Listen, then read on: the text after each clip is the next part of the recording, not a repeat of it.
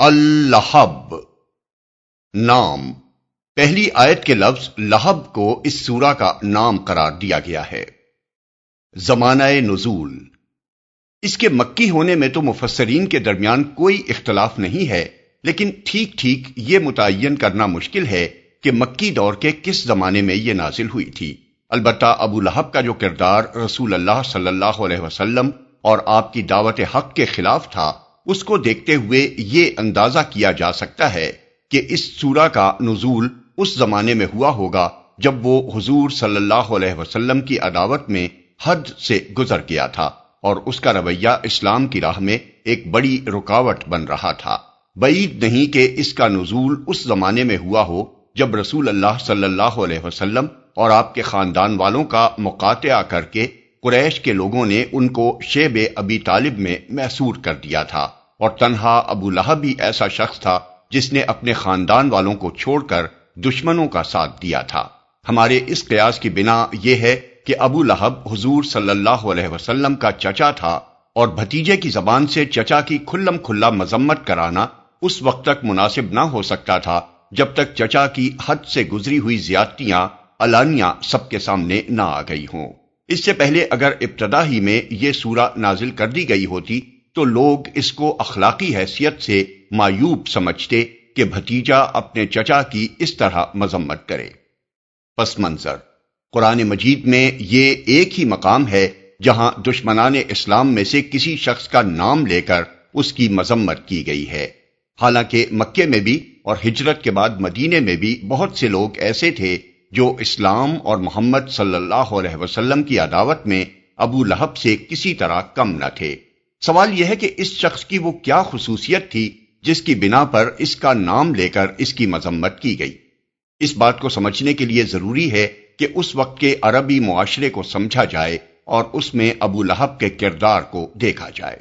قدیم زمانے میں چونکہ پورے ملک عرب میں ہر طرف بدامنی، غارت گری اور طوائف الملوکی پھیلی ہوئی تھی، اور صدیوں سے حالت یہ تھی کہ کسی شخص کے لیے اس کے اپنے خاندان اور خونی رشتہ داروں کی حمایت کے سوا جان و مال اور عزت و آبرو کے تحفظ کی کوئی ضمانت نہ تھی۔ اس لیے عربی معاشرے کی اخلاقی قدروں میں صلہ رحمی یعنی رشتہ داروں کے ساتھ حسن سلوک کو بڑی اہمیت حاصل تھی، اور قطع رحمی کو بہت بڑا پاپ سمجھا جاتا تھا۔ عرب کی انہی روایات کا یہ اثر تھا کہ رسول اللہ صلی اللہ علیہ وسلم جب اسلام کی دعوت لے کر اٹھے تو قریش کے دوسرے خاندانوں اور ان کے سرداروں نے تو حضور صلی اللہ علیہ وسلم کی شدید مخالفت کی، مگر بنی ہاشم اور بنی المطلب، ہاشم کے بھائی مطلب کی اولاد، نے نہ صرف یہ کہ آپ کی مخالفت نہیں کی بلکہ وہ کھلم کھلا آپ کی حمایت کرتے رہے، حالانکہ ان میں سے اکثر لوگ آپ کی نبوت پر ایمان نہیں لائے تھے۔ قریش کے دوسرے خاندان خود بھی حضور صلی اللہ علیہ وسلم کے ان خونی رشتہ داروں کی حمایت کو عرب کی اخلاقی روایات کے عین مطابق سمجھتے تھے۔ اسی وجہ سے انہوں نے کبھی بنی ہاشم اور بنی المطلب کو یہ طعنہ نہیں دیا کہ تم ایک دوسرا دین پیش کرنے والے شخص کی حمایت کر کے اپنے دین آبائی سے منحرف ہو گئے ہو۔ وہ اس بات کو جانتے اور مانتے تھے کہ اپنے خاندان کے ایک فرد کو وہ کسی حالت میں اس کے دشمنوں کے حوالے نہیں کر سکتے، اور ان کا اپنے عزیز کی پشتیبانی کرنا قریش اور اہل عرب سب کے نزدیک بالکل ایک فطری امر تھا۔ اس اخلاقی اصول کو، جسے زمانہ جاہلیت میں بھی عرب کے لوگ واجب الاحترام سمجھتے تھے، صرف ایک شخص نے اسلام کی دشمنی میں توڑ ڈالا، اور وہ تھا ابو لہب بن عبد المطلب۔ یہ رسول اللہ صلی اللہ علیہ وسلم کا چچا تھا۔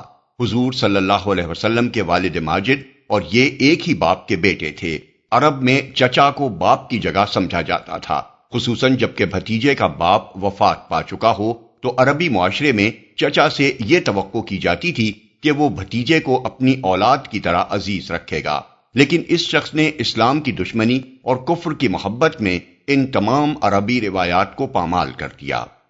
ابن عباس رضی اللہ عنہ سے متعدد سندوں کے ساتھ یہ روایت محدثین نے نقل کی ہے کہ جب رسول اللہ صلی اللہ علیہ وسلم کو دعوت عام پیش کرنے کا حکم دیا گیا اور قرآن مجید میں یہ ہدایت نازل ہوئی کہ آپ اپنے قریب ترین عزیزوں کو سب سے پہلے خدا کے عذاب سے ڈرائیں، تو آپ نے صبح سویرے کوہ صفا پر چڑھ کر بلند آواز سے پکارا، یا صباحا، ہائے صبح کی آفت۔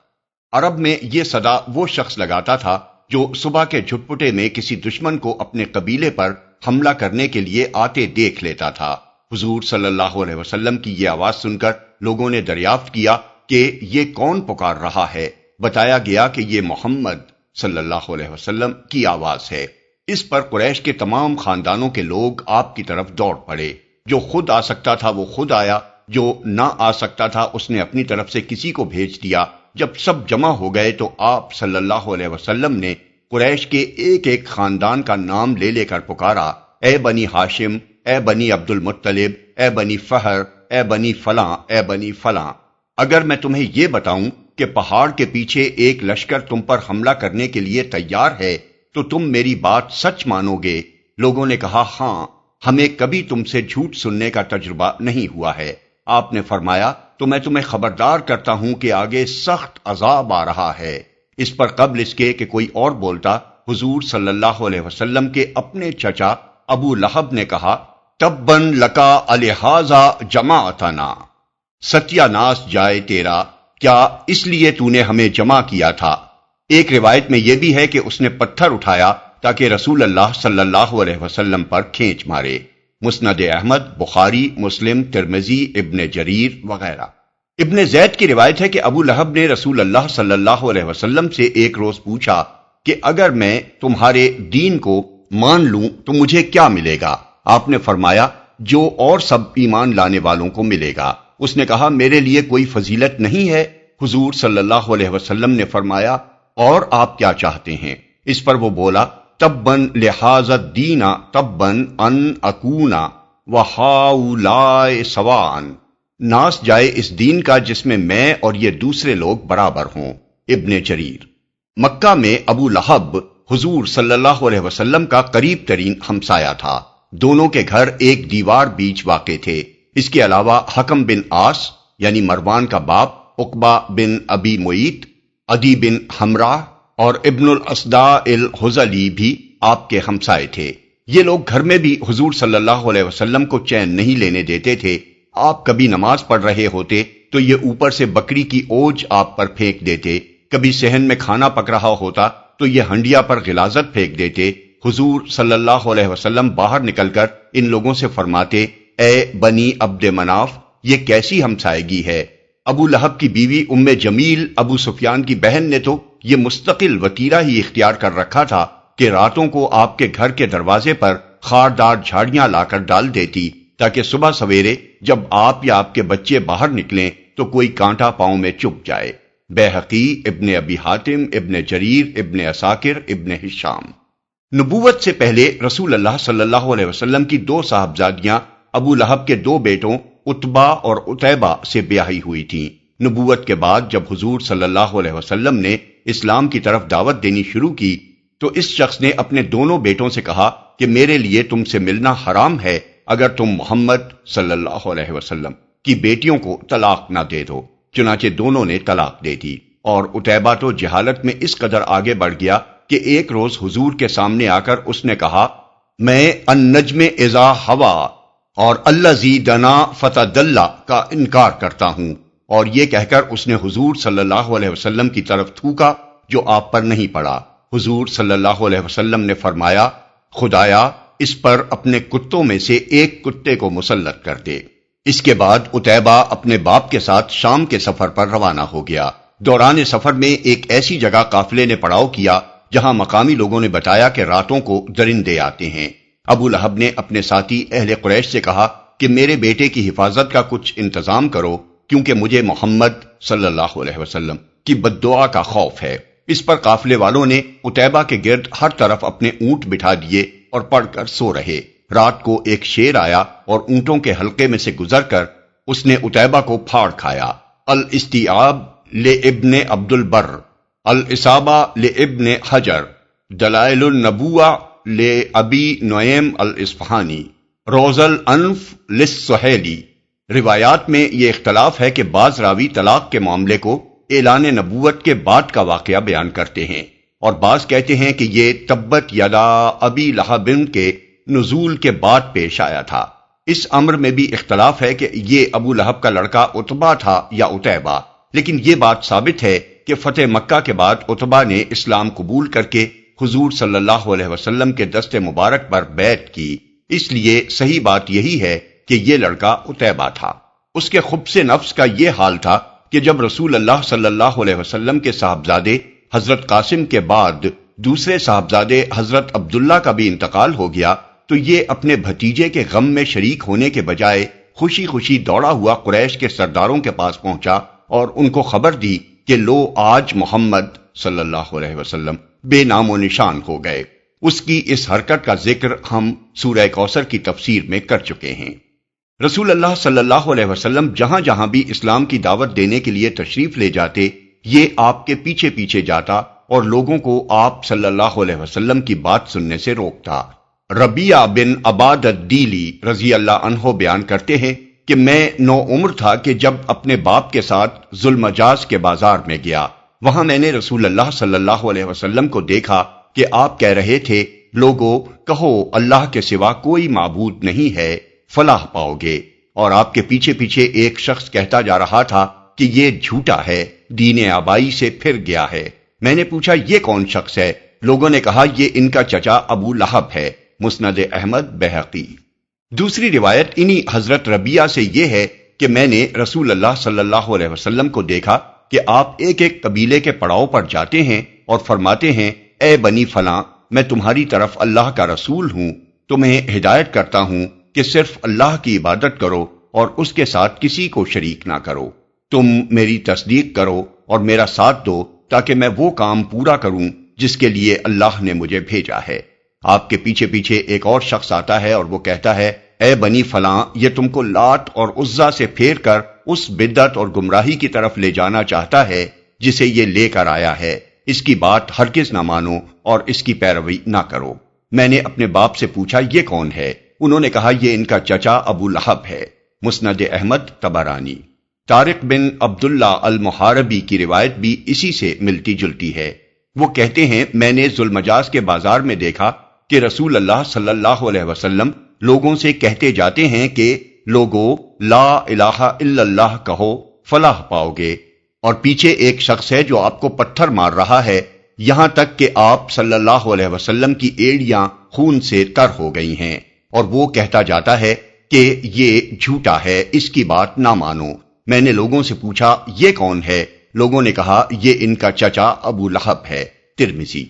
نبوت کے 7ویں سال جب قریش کے تمام خاندانوں نے بنی ہاشم اور بنی المطلب کا معاشرتی اور معاشی مقاطعہ کیا اور یہ دونوں خاندان رسول اللہ صلی اللہ علیہ وسلم کی حمایت پر ثابت قدم رہتے ہوئے شیب ابی طالب میں محصور ہو گئے، تو تنہا یہی ابو لہب تھا جس نے اپنے خاندان کا ساتھ دینے کے بجائے کفار قریش کا ساتھ دیا۔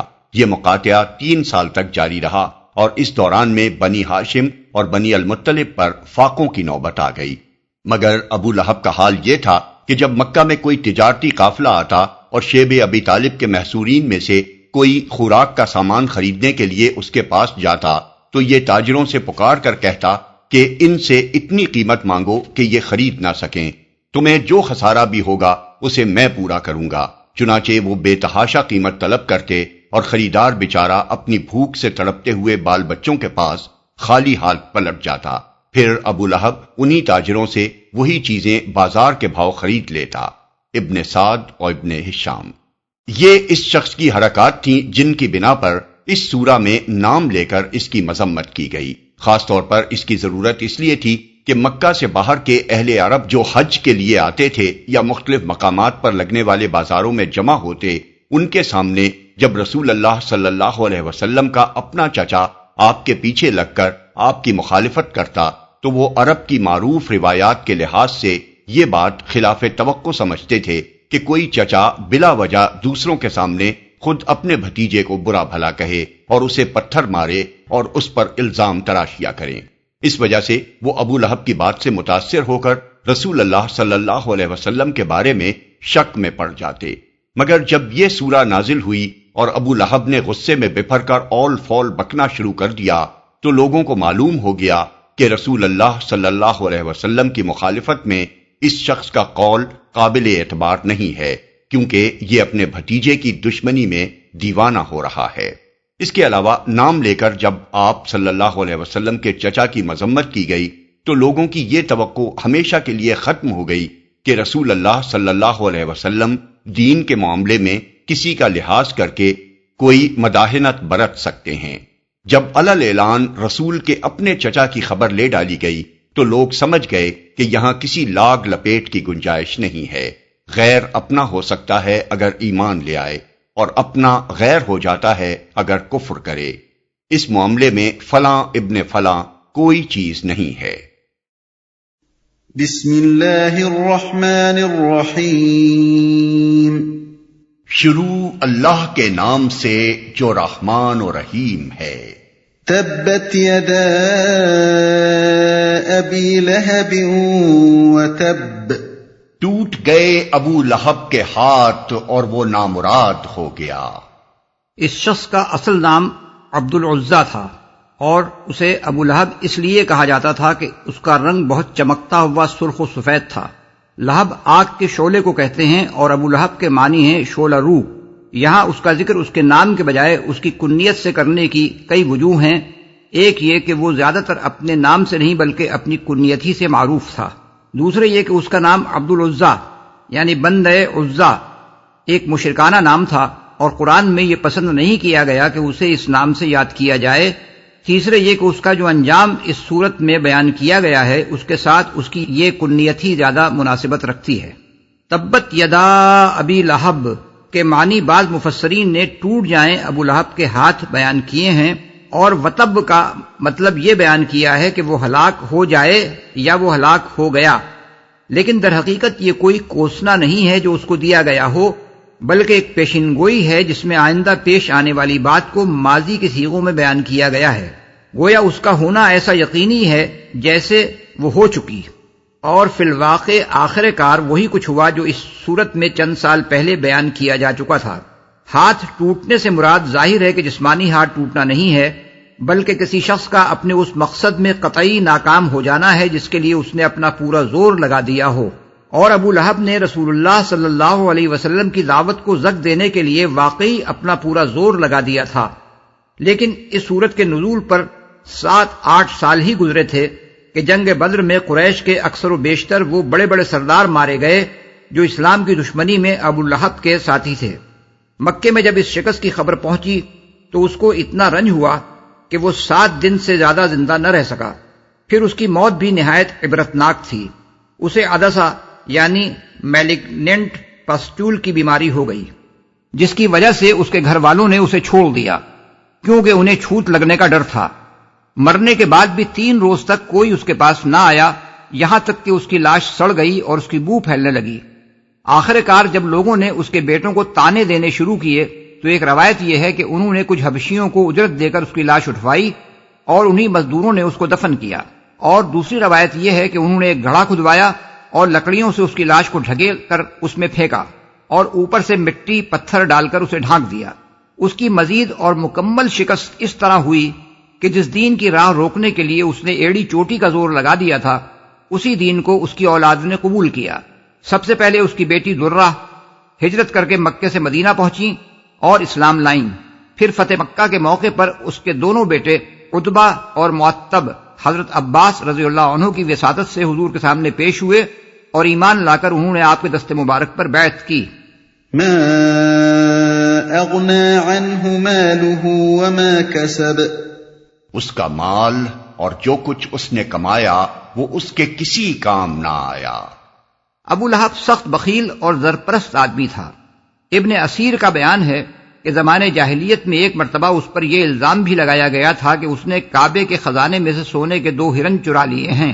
اگرچہ بعد میں وہ ہرن ایک اور شخص کے پاس سے برآمد ہوئے، لیکن بجائے خود یہ بات کہ اس پر یہ الزام لگایا گیا، یہ ظاہر کرتی ہے کہ مکے کے لوگ اس کے بارے میں کیا رائے رکھتے تھے۔ اس کی مالداری کے متعلق قاضی رشید بن زبیر اپنی کتاب الذخائر والتحف میں لکھتے ہیں کہ وہ قریش کے ان 4 آدمیوں میں سے ایک تھا جو 1 قنطار سونے کے مالک تھے۔ قنطار 200 اوقیہ کا اور 1 اوقیہ 3.25 تولے کا ہوتا ہے۔ اس کی زرپرستی کا اندازہ اس امر سے کیا جا سکتا ہے کہ جنگ بدر کے موقع پر جبکہ اس کے مذہب کی قسمت کا فیصلہ ہونے والا تھا، قریش کے تمام سردار لڑنے کے لیے گئے مگر اس نے عاص بن ہشام کو اپنی طرف سے لڑنے کے لیے بھیج دیا اور کہا کہ یہ اس 4000 درہم قرض کا بدل ہے جو میرا تم پر آتا ہے۔ اس طرح اس نے اپنا قرض وصول کرنے کی بھی ایک ترکیب نکال لی، کیونکہ عاص دیوالیہ ہو چکا تھا اور اس سے رقم ملنے کی کوئی امید نہ تھی۔ ما کسبہ کو بعض مفسرین نے کمائی کے معنی میں لیا ہے، یعنی اپنے مال سے جو منافع اس نے حاصل کیے وہ اس کا کسب تھے، اور بعض دوسرے مفسرین نے اس سے مراد اولاد لی ہے، کیونکہ رسول اللہ صلی اللہ علیہ وسلم نے فرمایا ہے کہ آدمی کا بیٹا بھی اس کا کسب ہے، بحوالہ ابو داؤد ابن ابی حاتم۔ یہ دونوں معنی ابو لہب کے انجام سے مناسبت رکھتے ہیں، کیونکہ جب وہ عدسہ کے مرض میں مبتلا ہوا تو اس کا مال بھی اس کے کسی کام نہ آیا اور اس کی اولاد نے بھی اسے بے کسی کی موت مرنے کے لیے چھوڑ دیا۔ اس کا جنازہ تک عزت کے ساتھ اٹھانے کی اس اولاد کو توفیق نہ ہوئی۔ اس طرح چند ہی سال کے اندر لوگوں نے اس پیشین گوئی کو پورا ہوتے دیکھ لیا جو ابو لہب کے متعلق اس صورت میں کی گئی تھی۔ سيصلى نارا ذات لهب وامرأته حمالة الحطب في جيدها حبل من مسد۔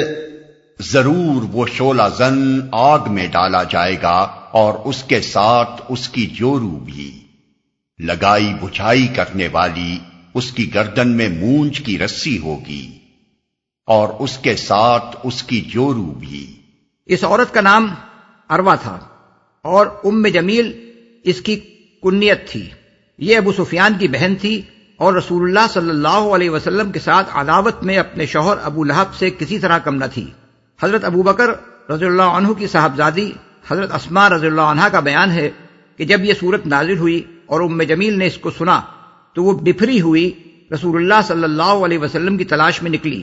اس کے ہاتھ میں مٹھی بھر پتھر تھے اور وہ حضور صلی اللہ علیہ وسلم کی حجوں میں اپنے ہی کچھ اشعار پڑھتی جاتی تھی۔ حرم میں پہنچی تو وہاں حضرت ابو بکر رضی اللہ عنہ کے ساتھ حضور صلی اللہ علیہ وسلم تشریف فرما تھے۔ حضرت ابو بکر نے عرض کیا، یا رسول اللہ، یہ آ رہی ہے اور مجھے اندیشہ ہے کہ آپ کو دیکھ کر یہ کوئی بےہودگی کرے گی۔ حضور صلی اللہ علیہ وسلم نے فرمایا، یہ مجھ کو نہیں دیکھ سکے گی۔ چنانچہ ایسا ہی ہوا کہ آپ کے موجود ہونے کے باوجود وہ آپ کو نہیں دیکھ سکی، اور اس نے حضرت ابوبکر رضی اللہ عنہ سے کہا کہ میں نے سنا ہے تمہارے صاحب نے میری حج کی ہے۔ حضرت ابوبکر رضی اللہ عنہ نے کہا کہ اس گھر کے رب کی قسم، انہوں نے تو تمہاری کوئی حج نہیں کی۔ اس پر وہ واپس چلی گئی۔ بحوالہ ابن ابی حاتم، سیرت ابن ہشام، بزار نے حضرت عبداللہ بن عباس رضی اللہ عنہ سے بھی اسی سے ملتا جلتا واقعہ نقل کیا ہے۔ حضرت ابوبکر رضی اللہ عنہ کے اس جواب کا مطلب یہ تھا کہ حج تو اللہ تعالیٰ نے کی ہے، رسول اللہ صلی اللہ علیہ وسلم نے نہیں کی۔ لگائی بجھائی کرنے والی، اصل الفاظ ہیں حمالۃ الحطب، جن کا لفظی ترجمہ ہے لکڑیاں ڈھونے والی۔ مفسرین نے اس کے متعدد معنی بیان کیے ہیں۔ حضرت عبداللہ بن عباس، ابن زید رضی اللہ عنہما، ضحاک اور ربیع بن انس کہتے ہیں کہ وہ راتوں کو خاردار درختوں کی ٹہنیاں لا کر رسول اللہ صلی اللہ علیہ وسلم کے دروازے پر ڈال دیتی تھی، اس لیے اس کو لکڑیاں ڈھونے والی کہا گیا ہے۔ قتادہ، اکرمہ، حسن بصری، مجاہد اور سفیان ثوری کہتے ہیں کہ وہ لوگوں میں فساد ڈلوانے کے لیے چغلیاں کھاتی پھرتی تھی، اس لیے اسے عربی محاورے کے مطابق لکڑیاں ڈھونے والی کہا گیا، کیونکہ عرب ایسے شخص کو جو ادھر کی بات ادھر لگا کر فساد کی آگ بھڑکانے کی کوشش کرتا ہو لکڑیاں ڈھونے والا کہتے ہیں۔ اس محاورے کے لحاظ سے حمالۃ الحطب کے معنی ٹھیک ٹھیک وہی ہیں جو اردو میں بی جمالوں کے معنی ہیں۔ سعید بن جبیر کہتے ہیں کہ جو شخص گناہوں کا بوجھ اپنے اوپر لاد رہا ہو اس کے متعلق عربی زبان میں بطور محاورہ کہا جاتا ہے فلان یحتطب علی ظہرہ، یعنی فلاں شخص اپنی پیٹھ پر لکڑیاں لاد رہا ہے۔ پس حمالۃ الحطب کے معنی ہیں گناہوں کا بوجھ ڈھونے والی۔ ایک اور مطلب مفسرین نے اس کا یہ بھی بیان کیا ہے کہ یہ آخرت میں اس کا حال ہوگا، یعنی وہ لکڑیاں لالا کر اس آگ میں ڈالے گی جس میں ابو لہب جل رہا ہوگا۔ مونج کی رسی ہوگی، اس کی گردن کے لیے جید کا لفظ استعمال کیا گیا ہے جو عربی زبان میں ایسی گردن کے لیے بولا جاتا ہے جس میں زیور پہنا گیا ہو۔ سعید بن المسیب، حسن بصری اور قتادہ کہتے ہیں کہ وہ ایک بہت قیمتی ہار گردن میں پہنتی تھی اور کہا کرتی تھی کہ لات اور عزا کی قسم، میں اپنا یہ ہار بیچ کر اس کی قیمت محمد صلی اللہ علیہ وسلم کی عداوت میں خرچ کر دوں گی۔ اسی بنا پر جید کا لفظ یہاں بطور طنز استعمال کیا گیا ہے کہ اس مزین گلے میں جس کے ہار پر وہ فخر کرتی ہے دوزخ میں رسی پڑی ہوگی۔ یہ اسی طرح کا تنزیہ انداز کلام ہے جیسے قرآن مجید میں متعدد مقامات پر فرمایا گیا ہے بشرہم بعذاب علیم، ان کو دردناک عذاب کی خوشخبری دے دو۔ جو رسی اس کی گردن میں ڈالی جائے گی اس کے لیے حبل من مسد کے الفاظ استعمال کیے ہیں، یعنی وہ رسی مسد کی قسم سے ہوگی۔ اس کے مختلف معنی اہل لغت اور مفسرین نے بیان کیے ہیں۔ ایک قول یہ ہے کہ خوب مضبوط بٹی ہوئی رسی کو مسد کہتے ہیں، دوسرا قول یہ ہے کہ کھجور کی چھال سے بنی ہوئی رسی کے لیے یہ لفظ بولا جاتا ہے، تیسرا قول یہ ہے کہ اس کے معنی ہیں مونج کی رسی یا اونٹ کی کھال یا اس کے صوف سے بنی ہوئی رسی، اور ایک قول یہ بھی ہے کہ اس سے مراد لوہے کے تاروں سے بٹی ہوئی رسی ہے۔ سمع و بصر نے تفہیم القرآن کی مکمل 6 جلدوں کی آڈیو CD تیار کی ہے۔